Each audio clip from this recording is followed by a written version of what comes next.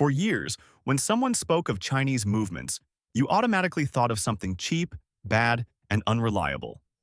But that no longer represents the whole reality, because while much of the world kept ignoring China in watchmaking, one brand was doing something completely different: manufacturing mechanical chronographs, tourbillons, skeletonized movements, in-house calibers, and doing it at a scale that practically no one else on the planet can match. That brand is Sea-Gull. And today, we are going to talk about why Sea-Gull movements have become one of the most controversial, interesting, and surprising topics in all of modern watchmaking. Because yes, there are Sea-Gull movements that cost less than 100 euros, but there are also others capable of competing visually and technically with much more expensive pieces.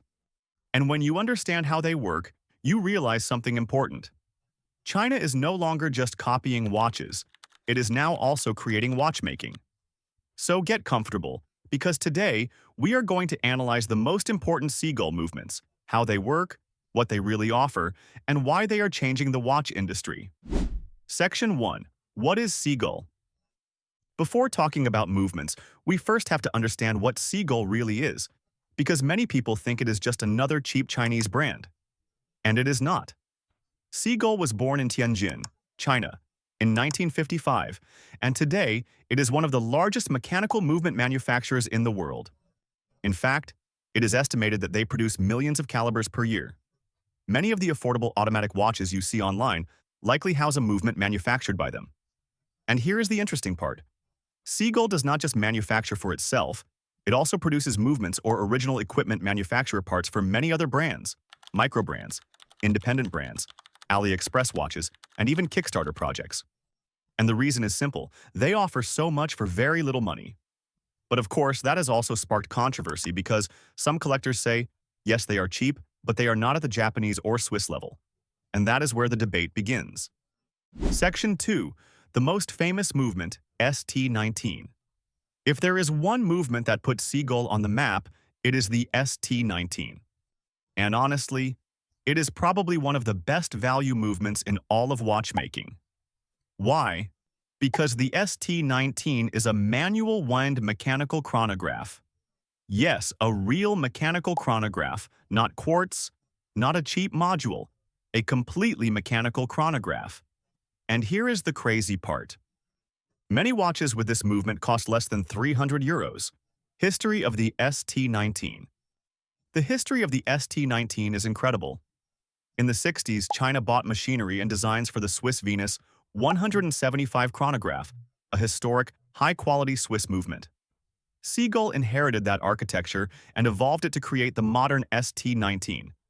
So technically, the heart of the movement has classic Swiss DNA. What makes it so special?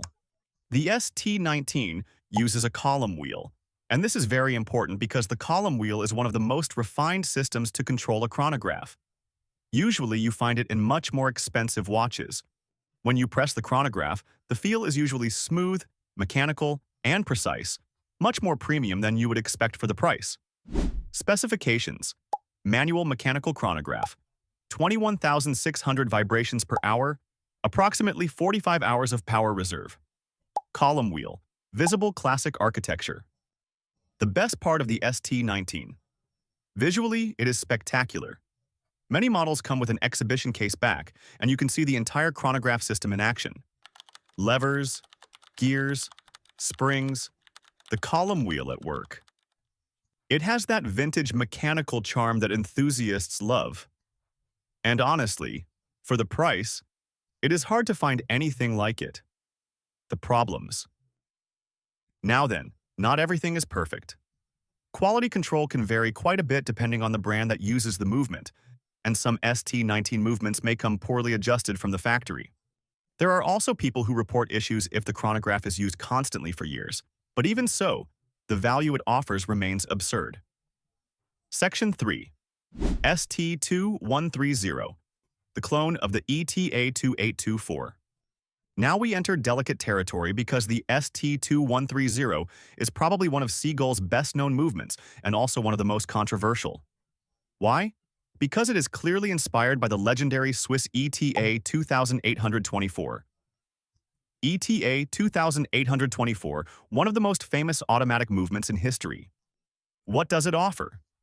The ST2130 offers automatic, hacking, manual winding, high frequency, a relatively thin profile, specifications 28,800 vibrations per hour, approximately 40 hours of power reserve, automatic movement, a smooth second hand, and it is very easy to regulate. And this is where many people are surprised, because when the movement is well adjusted, it can really perform very well. There are users reporting excellent precision, even close to basic Swiss movements. The big problem. The problem is once again the same: consistency. There are excellent units and others not so much. Quality control remains the biggest challenge for many Chinese manufacturers, but technically, the ST2130 is a very serious movement for the money it costs, and that is why so many microbrands use it. Section 4. ST36, the monster inspired by Unitas. Now let's look at a favorite for fans of large mechanical watches, the ST36. And this movement has a brutal personality because it is inspired by the legendary Unitas 6497.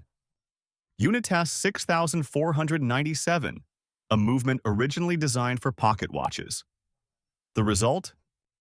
A huge, robust visual caliber that is extremely easy to maintain.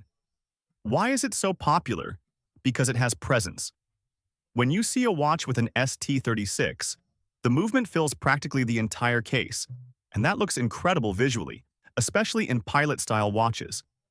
Specifications: manual movement, 21,600 vibrations per hour, power reserve of nearly 50 hours, giant and visible architecture. Mechanical feel.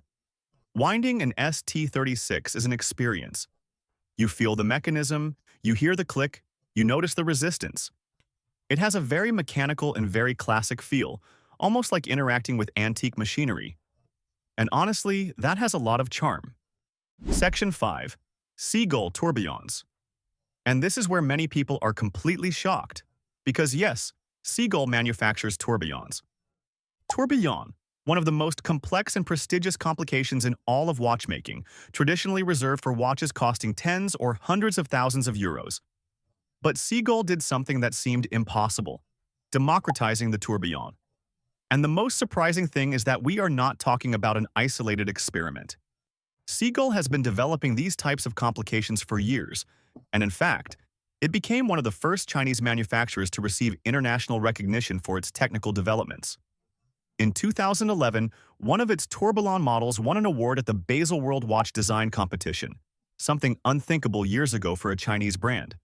And that was a very clear sign that something was changing in the industry, because until that moment, very few people took Chinese watchmaking seriously on a technical level. Are they as good as the Swiss? No. Let's be clear, they are not at the finishing level of a Patek Philippe or an A. Lang & Sony. They do not have the same level of hand decoration, nor the same extreme refinement, nor the same historical prestige. But the fact that accessible mechanical tourbillons exist is already impressive, because years ago, owning a tourbillon was practically impossible for most people. Today, thanks to manufacturers like Sea-Gull, many enthusiasts can experience that complication for a fraction of the traditional price. What makes them interesting? Visually, they are hypnotic. Watching the cage constantly rotating is mechanical madness. And besides, Sea-Gull has managed to produce them at much lower prices thanks to mass manufacturing, automation, and enormous industrial capacity. That has completely changed the market, because it forced many people to ask an uncomfortable question. To what extent does part of the price of high-end watchmaking really come from engineering, and how much comes from brand prestige? Section 6. Are Sea-Gull movements reliable? The big question, are they reliable? The real answer is, it depends on the movement, and it depends a lot on the quality control of the brand that assembles it, because the movement itself is one thing, and the final assembly is another.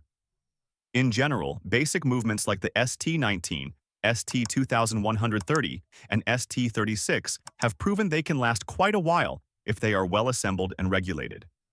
But obviously, If you compare them to decades of refinement from Rolex, Seiko, or ETA, there are still differences, especially in consistency, lubrication, factory adjustment, tolerances, and quality control.